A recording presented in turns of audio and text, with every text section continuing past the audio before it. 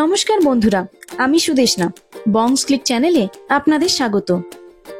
আজকে আমার এই ভিডিওতে জানতে পারবেন মায়াপুরের মন্দির চত্বরের মধ্যে ভবনগুলির ভাড়া কিরকম পড়বে।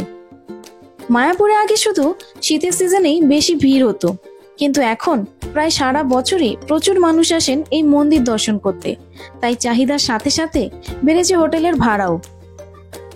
কিন্তু মায়াপুর ক্যাম্পাসের ভিতরে ভবনগুলির ভাড়া সারা বছর মোটামুটি একই থাকে। এখানে 100 টাকা থেকে শুরু করে রয়েছে 5000 টাকা অবধি রুম। তাই খুব অল্প খরচে যারা মায়াপুরে ঘুরে আসতে চান তাদের জন্যই তুলে ধরবো মায়াপুর ইস্কন মন্দিরের সমস্ত ভবনগুলির ডিটেলস। সাথে বলে দেব প্রত্যেকটি রুমের ভাড়া এবং কিভাবে রুম বুক করবেন তার সমস্ত ডিটেলস।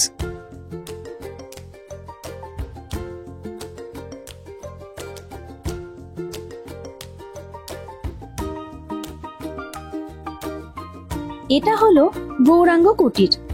মায়াপুরে মন্দির চত্বরের মধ্যে সব থেকে কম বাজেটে থাকার জায়গা। এখানে আপনারা 2 রকমের রুম পেয়ে যাবেন।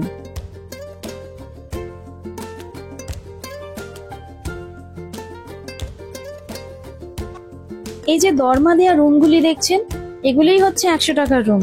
আর তার ঠিক পাশে রয়েছে পাকা রুম, সেইগুলির দাম 200 টাকা করে।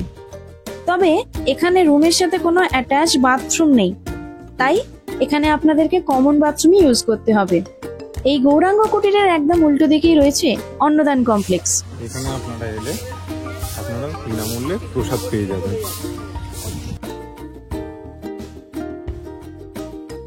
এবার জানাই কিভাবে রুম বুক করবেন। এই গৌরাঙ্গ কুটিরে রুম বুক করতে গেলে আপনাদের যেতে হবে নিত্যানন্দ কুটিরে। এখানে স্পট বুকিংই হয়। ইস্কন মন্দিরের গোশালার দিকে যে রাস্তা, সেখানেই পড়ে এই নিত্যানন্দ কুটির। আপনারা চাইলে এখানেও থাকতে পারেন।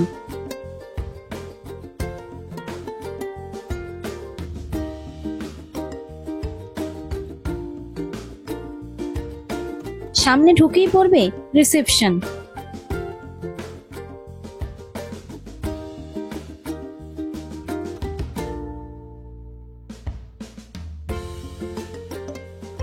এখানকার রুমগুলির ভাড়া 200 টাকা থেকে শুরু। গৌরাঙ্গ কুটিরের তুলনায় এখানকার রুমগুলি যথেষ্ট ভালো। এই রুমগুলিতে 4 জন করে থাকতে পারবেন, তবে এখানে কমন বাথরুমই পাবেন।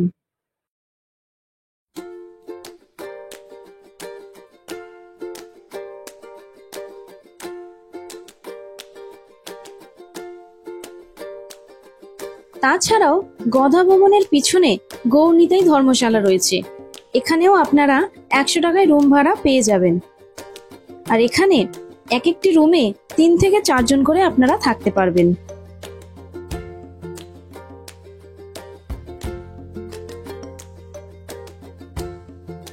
এর ঠিক পাশেই রয়েছে নামহট্ট ভবনের বিশাল বিল্ডিং। এখানকার রুমগুলো বেশ ভালো আর পরিষ্কার পরিচ্ছন্ন। এখানে আপনারা বিশুদ্ধ জলেরও ব্যবস্থা পেয়ে যাবেন, তাই বাইরে থেকে জল কিনে খাওয়ার তেমন কোনো প্রয়োজন নেই। এই নামহট্ট ভবনের 2টি বিল্ডিং রয়েছে, তাই এই ভবনে প্রচুর রুম অ্যাভেলেবেল থাকে। এখানে আপনারা 400 টাকা থেকে রুম পেয়ে যাবেন। আর আপনারা এখানে এসি নন এসি 2 রকম রুমই পাবেন এবং প্রত্যেকটি রুমেই অ্যাটাচ বাথরুমের ব্যবস্থাও পেয়ে যাবেন। এখন আমরা চলে এসেছি গদা ভবনে। এখানে যে মহাপ্রসাদ দেয়া হয় তার চাহিদা সব থেকে বেশি। এখানে রুম ভাড়া শুরু হয় 600 টাকা থেকে। আপনারা চাইলে ডাইরেক্ট এসেও এখানে রুম বুক করতে পারেন, অথবা অনলাইনেও রুম বুক করতে পারেন। তবে অনলাইনে রুম বুক করাই বেস্ট হবে, কারণ এই গদা ভবনের রুমের চাহিদা প্রচুর। আমার চ্যানেলে এই গদা ভবনের একটি ডিটেলস ভিডিও আছে, আমি ডেসক্রিপশনে লিংক দিয়ে দেবো, আপনারা চাইলে দেখে নিতে পারেন।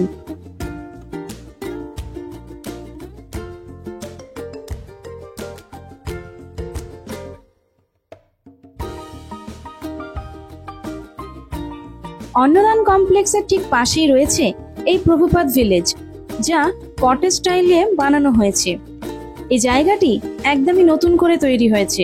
এখানেও আপনারা চাইলে রুম নিতে পারেন। এই কটেজগুলির ভাড়া মোটামুটি 1500 টাকা থেকে শুরু। কেউ যদি মনে করেন একটু নিরিবিলিতে থাকবেন, তাদের জন্য এই কটেজগুলি আমি মনে করি একদমই বেস্ট।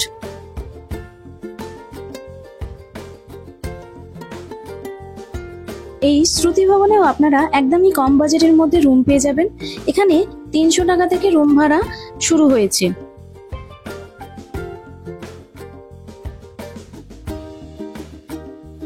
আপনারা যদি চান চন্দ্রোদয় মন্দিরের একদম কাছে থাকবেন, তাহলে চক্রভবন, শঙ্খভবন বা পদ্মভবনেও থাকতে পারেন। এই ভবনগুলির ভাড়া মায়াপুরের অন্যান্য ভবনগুলির তুলনায় অনেকটাই বেশি।